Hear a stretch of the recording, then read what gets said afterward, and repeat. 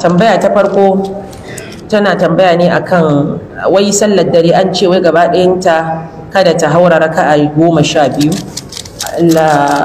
Abinda malamai suke cewa shine musamman cikin irin fatawoyin da Sheikh bin Baz rahmatullahi alaihi ya bayar cewa sallar dare ba ta da iyaka ta fuskar adadin raka'o'i,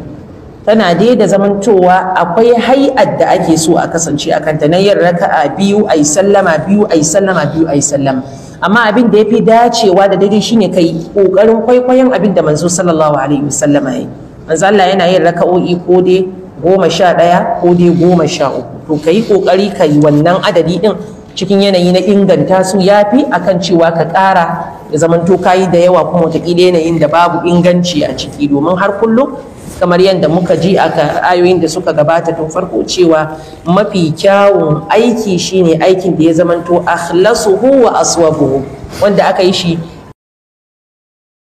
an kafa shi akan ikhlasi, wato domin neman yardar Allah, kuma ya dace da abin da yake manzo sallallahu alaihi wasallam ya koyar, domin shine mafi kyawun aiki, mafi dacewa da daidai a cikin duka ayyukan da mutum zai gani cewa zai yi na bauta.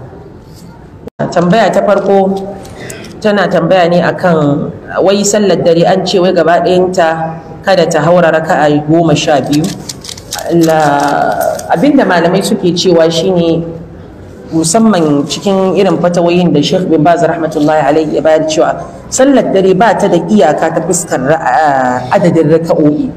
tana dai da zamantowa akwai hay'ar da ake so a kasance a kanta na yin raka'a biyu ai sallama biyu ai sallama biyu ai sallama. Amma abin da yafi dacewa da daidai shine kai kokarin kwaikwayon abin da manzo sallallahu alaihi wasallama yayi. Manzo Allah yana yin raka'o'i ko dai 11 ko dai 13, to kai kokari kai wannan adadi din cikin yanayi na inganta su yafi akan cewa ka ƙara da zamanto kayi da yawa kuma wataƙila yanayin da babu inganci a ciki, domin har kullum kamar yadda muka ji a ayoyin da suka gabata tun farko cewa mafi kyawun aiki shine aikin da ya zamanto akhlasuhu wa aswabuhu, wanda aka yi shi